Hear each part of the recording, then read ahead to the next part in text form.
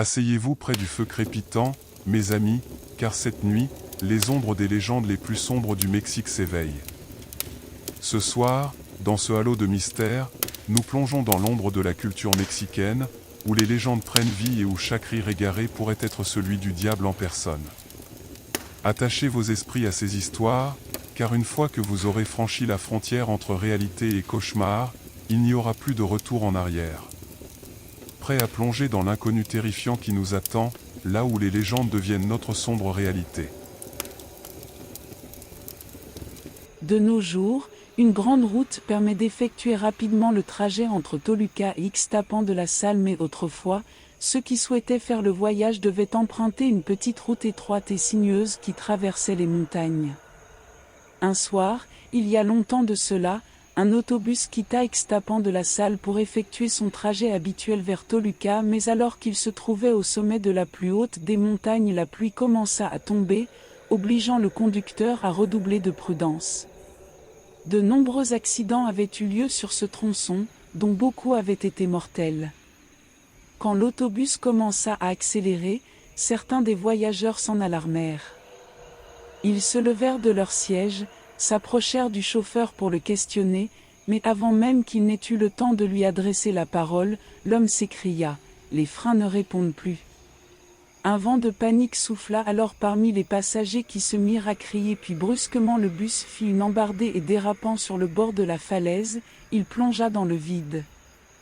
Il dégringola la pente à une vitesse folle, s'immobilisa sur les rochers au fond du ravin et soudain, il prit feu. Quand la police découvrit le bus calciné, des corps jonchaient les rochers, d'autres gisaient carbonisés à l'intérieur de l'épave, mais il n'y avait aucun survivant. Depuis ce jour, un autobus fantomatique circulerait parfois sur la route qui va d'Ixtapan de la Sal à Toluca. Certains racontent que si vous levez votre main à son approche, alors le bus s'arrêtera pour vous faire monter. Vous trouvez peut-être le véhicule vétuste, mais curieusement, vous pourrez constater qu'il est encore en bon état et que même s'il semble plein, il reste une place, juste pour vous. Si jamais vous décidez de vous asseoir sur ce siège, alors vous serez envahi par un étrange sentiment. L'impression que quelque chose ne va pas, sans vraiment pouvoir expliquer pourquoi. Étrangement, malgré l'heure tardive, aucun des passagers ne dormira dans cet autobus. Assis bien droit dans leur siège, ils regarderont fixement devant eux sans dire un mot et le silence oppressant vous mettra sûrement mal à l'aise. Quelques minutes plus tard, le chauffeur marchera dans l'allée pour contrôler les billets, mais étrangement, il semblera vous oublier. Peu après minuit, il arrêtera le bus bien avant la gare routière, et il vous demandera de descendre sans autre explication. Vous ne saurez pas pourquoi, mais quelque chose vous poussera néanmoins à obéir. Tout le monde restera assis, mais vous vous lèverez et vous traverserez l'allée, puis, comme vous arriverez devant le conducteur, vous vous sentirez probablement obligé de payer votre billet, mais il repoussera votre argent en secouant la tête. Le trajet est gratuit. Allez-y maintenant, mais ne regardez pas derrière vous ou vous ne pourriez jamais quitter ce bus. Si vous suivez ce conseil et que vous ne regardez pas derrière vous, alors vous entendrez le bruit de la fermeture des portes, celui du moteur qui démarre et qui s'éloigne sur la route. Mais si jamais vous vous retournez, alors le bus ne sera plus qu'une épave carbonisée. À l'intérieur, des squelettes décharnés vous regarderont silencieusement à travers les fenêtres, puis le bus s'éloignera et vous perdrez la vie dans un accident quelques jours plus tard. Alors, votre fantôme rejoindra le bus et vous deviendrez l'un des passagers.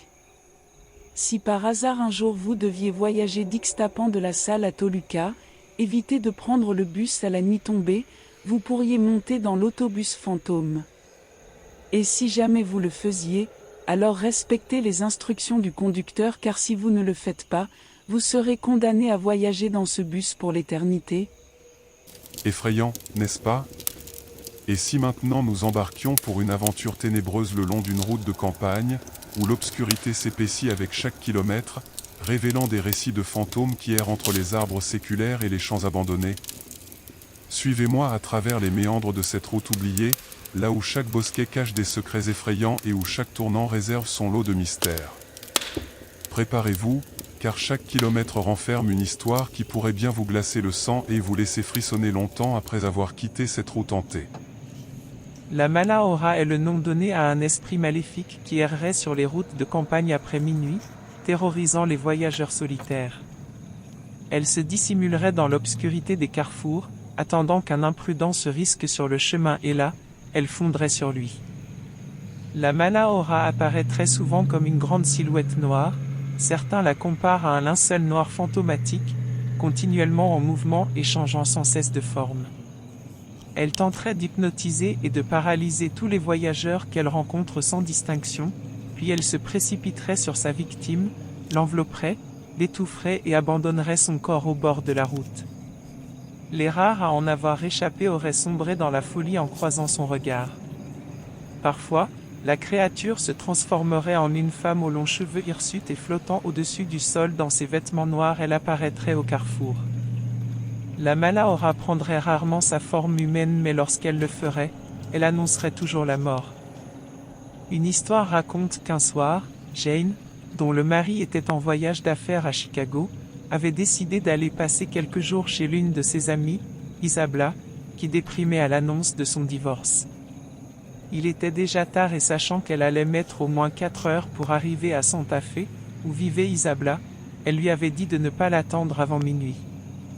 Comme elle roulait sur l'autoroute, Jane ne pouvait s'enlever de l'idée que quelqu'un la regardait. Elle vérifia rapidement dans son rétroviseur, jeta un coup d'œil sur la banquette arrière, mais bien évidemment, il n'y avait personne. « Ne sois pas ridicule », se dit-elle, regrettant brusquement de ne pas être restée chez elle, bien au chaud dans son lit. Elle venait de quitter l'autoroute quand, s'approchant d'un petit carrefour, une forme sombre surgit devant sa voiture. Jane se mit alors à crier et appuyant sur sa pédale de frein, elle ferma les yeux aussi fort qu'elle le pouvait. Quand elle les ouvrit à nouveau, la silhouette obscure avait disparu et pensant qu'elle l'avait imaginé, Jane poussa un soupir de soulagement. Elle s'apprêtait à repartir quand soudain, elle aperçut une vieille dame collée à sa vitre, qui la fixait intensément. Son visage était tordu, ses yeux rougeoyants et son sourire grimaçant laissaient entrevoir ses courtes dents pointues. L'abominable apparition commença alors à taper sur la fenêtre et Jane, terrifiée, se mit à crier. Elle appuya sur l'accélérateur et la voiture s'élança sur la route, mais pendant quelques terribles instants la créature s'accrocha à la portière, frappant le verre de sa main griffue. Puis, comme le véhicule prenait de la vitesse, la sinistre vieillarde abandonna enfin.